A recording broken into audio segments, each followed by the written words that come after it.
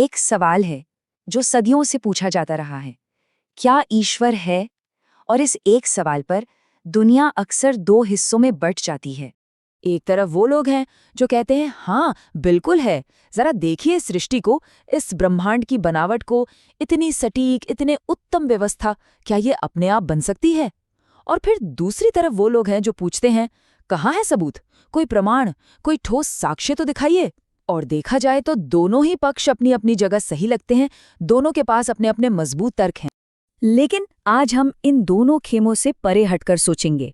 आज हम यही सवाल भारत की सबसे गहरी और प्राचीन दार्शनिक परंपराओं में से एक अद्वैत वेदांत के सामने रखेंगे और देखेंगे कि वहां से क्या जवाब आता है। ये एक ऐसा जवाब है जो इतना गहरा है कि उसके सामने नास्तिक भी चुप हो जाता है और आस्तिक भी। अद्वैत वेदांत के अनुसार सबसे पहली जो दिक्कत है वो इस सवाल में ही है। ये जो सवाल पूछा जाता है ना, क्या ईश्वर का अस्तित्व है, वेदांत कहता है कि ये सवाल ही गलत तरीके से पूछा गया है। अब सवाल उठता है क्यों, गलत क्यों है? क्योंकि जब हम पूछते हैं कि क्या कोई चीज एग्जिस्ट करती है, तो हम अनजाने में ये मान लेते हैं कि वो कोई वस्तु है, कोई चीज। जैसे सूर्य का अस्तित्व है, चंद्रमा का अस्तित्व है, इस फोन का भी अस्तित्व है। तो क्या उसी तरह ईश्वर का भी अस्तित्व है? ये सवाल ईश्वर को एक वस्तु बना देता है जो कहीं बाहर है, हमसे अलग। और यहीं पर अद्वैत वेदांत एक बहुत गहरा नुक्ता सामने रखता है। वो कहता है ये सवाल ही व्यर्थ है। क्यों? क्योंकि जो परम सत्य है वो कभी एग्जिस्ट नहीं करता, वो तो बस है। अस्तित्व में आने की यानी एग्जिस्ट करने की जरूरत तो उन चीजों को पड़ती है जो पहले नहीं थी, फिर बनी और फिर एक दिन खत्म हो जाएंगी।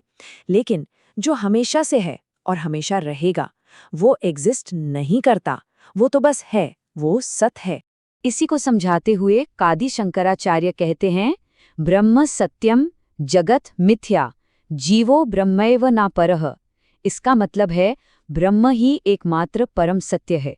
ये जो जगत हमें दिख रहा है, ये एक प्रतीत होने वाली सच्चाई है, असली नहीं। और जीव उस ब्रह्म से अलग नहीं है। तो देखिए, सवाल ये नहीं होना चाहिए कि ईश्वर है या नहीं। सवाल ये होना चाहिए वो जो परम सत्य है, जो हमेशा से है, क्या उसे जाना जा सकता है? तो इस बात को स्थापित करने के लिए, ये सिद्ध करने के लिए कि वो परम सत्य एग्जिस्ट नहीं करता, बल्कि वही एकमात्र सत्य है, अद्वैत वेदांत 3 बहुत ही तार्किक प्रमाण देता है। चलिए इन 3 प्रमाणों को समझते हैं। पहला है दृष्टा सिद्धि यानी साक्षी का प्रमाण। सोचिए, हमारा शरीर बदलता है, हमारे मन के विचार हर पल बदलते हैं, भावनाएं बदलती हैं, सब कुछ बदल रहा है। लेकिन इन सबको देखने वाला, इन सबका अनुभव करने वाला, वो जो साक्षी है, वो नहीं बदलता, वो हमेशा एक जैसा रहता है। दूसरा प्रमाण है जगत मिथ्या। इसे ऐसे समझिए, जैसे रात में हम सपना देखते हैं और वो बिल्कुल सच लगता है, लेकिन जागने पर पता चलता है कि वो तो बस एक रचना थी। ठीक वैसे ही वेदांत कहता है कि ये जो जागृत दुनिया है, ये भी चेतना का ही एक लंबा अनुभव है। और तीसरा प्रमाण है कारण कार्य न्याय। देखिए, इस दुनिया में हर चीज का कोई ना कोई कारण होता है, तो फिर इस पूरे ब्रह्मांड का भी तो कोई मूल कारण होना चाहिए।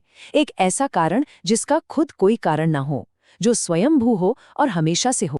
तो इन 3 तर्कों की रोशनी में चलिए अब हम वापस अपने उसी मूल सवाल पर लौटते हैं।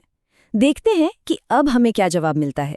तो फिर एक बार फिर वही सवाल, क्या ईश्वर का अस्तित्व है? अद्वैत वेदांत का स्पष्ट और सीधा जवाब है नहीं। ईश्वर का अस्तित्व नहीं है, क्योंकि जिसका अस्तित्व होता है वो कभी न कभी अनस्तित्व में भी जा सकता है।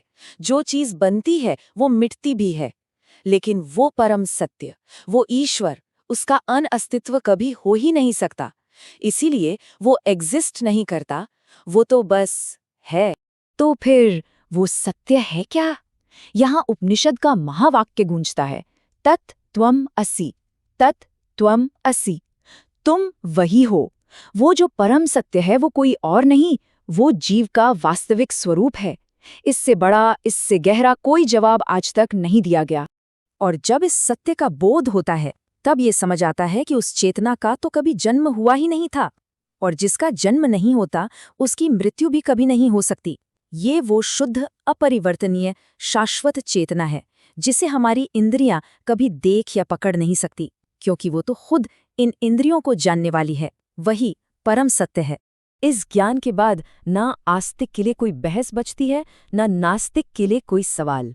बस एक गहरी शांति रह जाती है, एक गहरा मौन, बस ब्रह्म। तो अब से जब भी कभी ये प्रश्न उठे कि क्या ईश्वर का अस्तित्व है, तो इसका क्या जवाब दिया जाए? उसका जवाब है मैं हूं, बस इतना ही। चेतना का ये जो होने का भाव है, यही सबसे बड़ा प्रमाण है। इससे बड़ा और कोई सच नहीं, और यही है अद्वैत वेदांत का अंतिम और एकमात्र जवाब।